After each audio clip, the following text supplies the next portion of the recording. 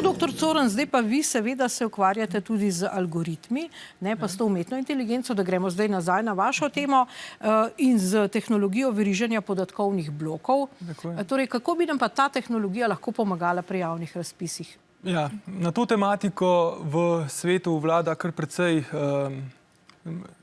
nekih idej, no, kroži, in ena izmed večjih aplikativnih uporab bločno-verižnih tehnologij je ravno pri javnih razpisih. Bločno-verižne tehnologije nam omogočajo izredno transparentnost. Mi lahko v te sisteme tudi vpišemo kodo, algoritem, po katerem se naj izbirajo izvajalci. Potem nek vzporeden algoritem, tudi bločno-verižni oziroma decentraliziran, lahko spremlja in ocenjuje ta podjetja. Neki rejtingi se lahko vodijo skozi leta, se pravi na podlagi prejšnjih del teh izvajalcev, in se delajo veliki premiki, trenutno samo še v fazi nekaj zasnov takih sistemov, ampak slej ko prej se bo to začelo uporabljati, ker učinkovitost je tukaj ključna. Se pravi, mi želimo biti čim bolj učinkoviti pri speljavi kakršnih koli investicij v naši državi. Se tukaj mogoče ne gre niti toliko za to, kdo bo zdaj zgradil ta predor ali pa kdo bo zgradil ta viadukt. Mi rabimo to, se pravi ta objekt, ta projekt, ker bomo s tem izboljšali našo učinkovitost države. No, sej, lejte, ravno to so tu očitki tudi pri drugih razpisih, ki so v teku, pa potem so zavrnjene pritožbe. Namreč to, da mogoče tudi pri nekem drugem razpisu za tist most čez Gliščico očitajo, da reference mogoče niso prave. Ampak nek tak algoritem bi v bistvu raziskal tudi te reference. Konec koncev tudi pri nekem turškem podjetju. Ja, če je tak sistem globalen, potem ja. Moramo pa vedeti, da preden se tak sistem vzpostavi globalno, to bo pa preteklo veliko časa, ampak če sledimo temu, da bo na koncu učinkovitost premagala vse neučinkovitosti, potem bi tak sistem se nekako mogel pokazati. In če niso interesi tukaj čisto drugačni. Se pravi, da tak sistem obstaja, da so tukaj zadnji interesi. Umetna inteligenca bi to že zdavnaj rešila, ne? Samo mi imamo interese, ne? Doktor Berce, vi ste odkimavali? Ne, mi smo to že imeli, vse sem povedal. Mi smo tak sistem naredili, s ponderji izmerili, se da narediti. Bil je narejen. Država ga je financirala.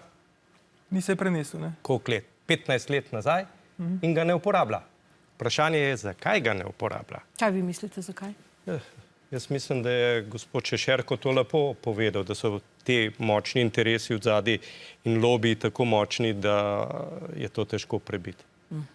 Dobro, gremo k naslednji temi. Ministrica Alenka Bratušek je ta teden napovedala, da bo za ministrico za kohezijo in razvoj, ki se bo ukvarjala z razvojem in črpanjem evropskega denarja, predlagala Angeliko Mlinar. Koroška Slovenka, ki je v času vstopanja Slovenije v EU delala za Evropsko komisijo, se ob tej napovedi čuti počaščena, nalogo pa bo sprejela, če ji bo uspelo pridobiti slovensko in zadržati avstrijsko državljanstvo. Mlinarjeva je za stranko Alenke Bratušek že kandidirala na letošnjih volitvah v Evropski parlament.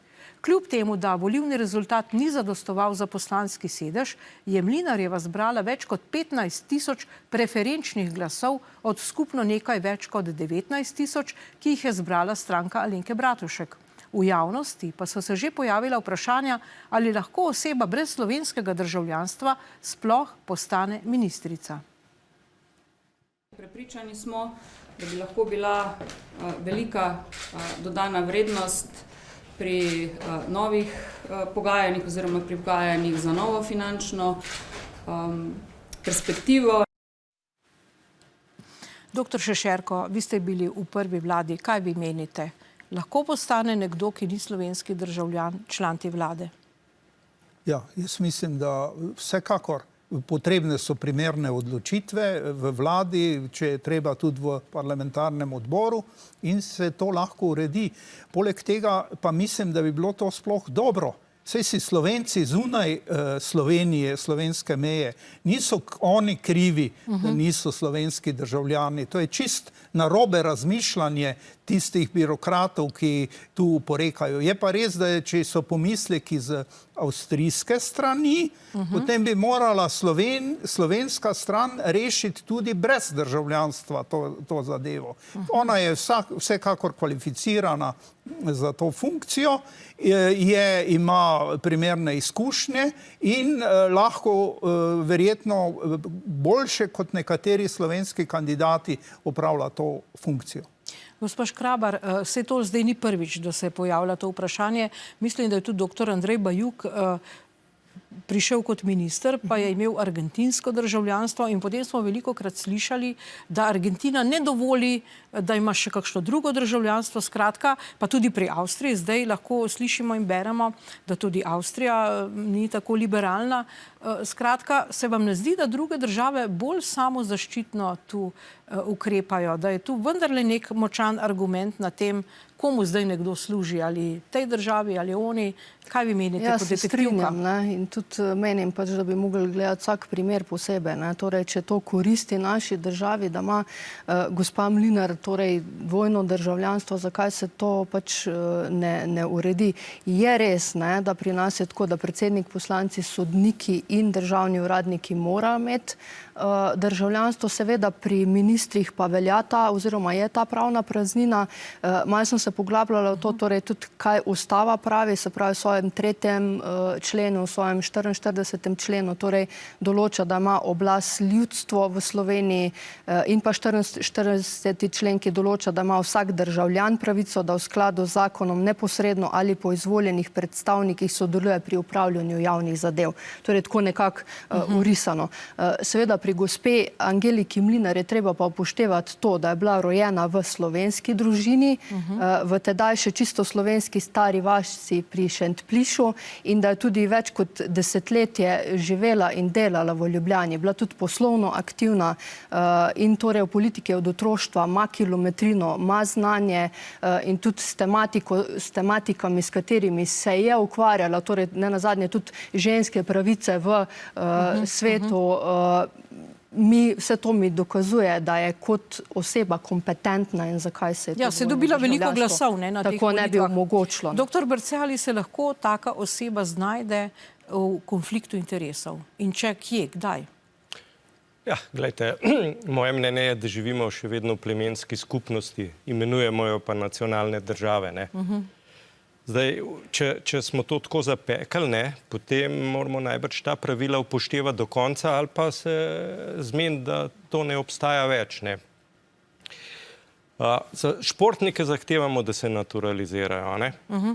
Dobro, pri nekaterih celo zakone spreminjamo, ampak ne vem, problem nastane pri tem, zakaj gospa že prej ni pravzaprav se odločila za slovensko državljanstvo.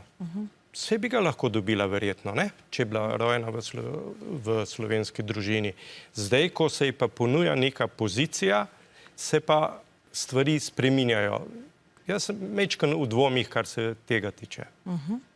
Torej, vi ne bi podprli take osebe in tudi mogoče razumete Avstrijce, ne? Ja, gledajte, a veste, če začnemo s tem miselnim vzorcem, dobro, v tem primeru mogoče je mehno drugačna zgodba. Ampak, če bi pa vzeli, da tujce začnemo zaposlovati, kdo je naslednik? Predsednik vlade, predsednik parlamenta, kaj bomo rekli, da smo sami nesposobni voditi svojo državo, da ne zaupamo svojim lastnim ljudem? Mislim, stvari se znajo zelo zaplesti. No, pa res je to, no, recimo, gospod Coran, dejansko pa to čudi, kako pa to res, da v Sloveniji ne najdemo primerne osebe. To mene, moram reči, da gospa Mlinar je zelo simpatična in sposobna, ampak je pa to vprašanje na mestu, ne? Jaz mislim, da ljudje, ki bi bili primerni, oziroma ki so kompetentni, sposobni, se sploh ne spuščajo v politiko. Taki ljudje ostajajo pač na področju, kjer so cenjeni, kjer niso za vsako izjavo pribiti na križ, ne, in kjer v bistvu imajo neko svobodo, da lahko delujejo po svojih najboljših močeh. In to je veliko takih ljudi v znanosti, umetnosti. Tako da tukaj mislim, da je en tak problem, no? Mogoče neke javne podobe. Predvsem pa se mi zdi, kar se tiče se pravi tele za kandidatke za ministrico, da jaz se rajš mogoče ponujem drug razmislek. Ne? Če smo mi če mi državo primerjamo z nekim podjetjem, ne, imamo lastnike in imamo se pravi menedžerje oziroma voditelje. Ne. Ali se pravi Gospa Mlinar? Gospa Mlinar, ja. Ali gospa Mlinar zdaj tukaj spada bolj v funkcijo izvajalca ali v funkcijo lastnika, tako parcialno. Ne? In se pravi, lastnik ima vedno interes, dolgoročni interes za uspešno, se pravi, za uspešno vodenje svojega podjetja, medtem ko menedžerji so pa že, rekel temu, imajo svoj mandat, svoje obdobje trajanja. No, ampak vi veliko sodelujete, no zdaj ne nazadnje tudi ste sodelovali s farmacevtsko družbo, ki je v tuji lasti. Ne? A je ta pristop tujcev do Slovencev kaj drugačen ali ne? Ali se sploh o čem pogovarjamo? To je kakšna zadeva taka, ki se opazi? Ja, zdaj mogoče za lek ne morem reči, lahko pa govorim na splošno. Tuje podjetja iščejo v državah po vsem svetu se pravi človeški kapital. V naši državi imamo relativno dobro izobražene ljudi, ker je sistem izobraževanja dostopen in išče se pač dobro razmišljajoče ljudi, oziroma išče se možgane. In podjetja, ki kupujejo v Sloveniji, pač iščejo možgane. Una podjetja, se pravi kupljena podjetja od tujcev, ki nimajo možganov, jih potem verjetno hitro zaprejo oziroma nekako priblikujejo, mogoče gradijo svoj monopol, svojo mrežo, medtem ko podjetja, ki imajo za ponuditi, dober kader, jih seveda izkoristijo v smislu, dobre plače dajo, pridejo ljudje, oddelajo svoje in grejo potem domov. Gospa Škrabar, ali Slovenija preveč liberalno podeljuje državljanstva? To lahko včasih slišimo, pa ne mislimo zdaj na ta primer, ampak tako nasplošno, čez palec. Težko rečem, ker ne poznam situacije. Bi pa potrdila pač besede kolega. Ne. Tudi jaz, ko hodim dosti po tujini, pa sem aktivna v mednarodnih detektivskih združenjih. Ne. Mislim, je to čisto neko drugo priznanje strani kolegov v tujini, kot pri nas. Ne. Pri nas si tam nekaj. Ne. V tujini si pa priznan in te cenijo. Cenijo tvojo participacijo, cenijo tvoje možgane, cenijo tvoj intelekt.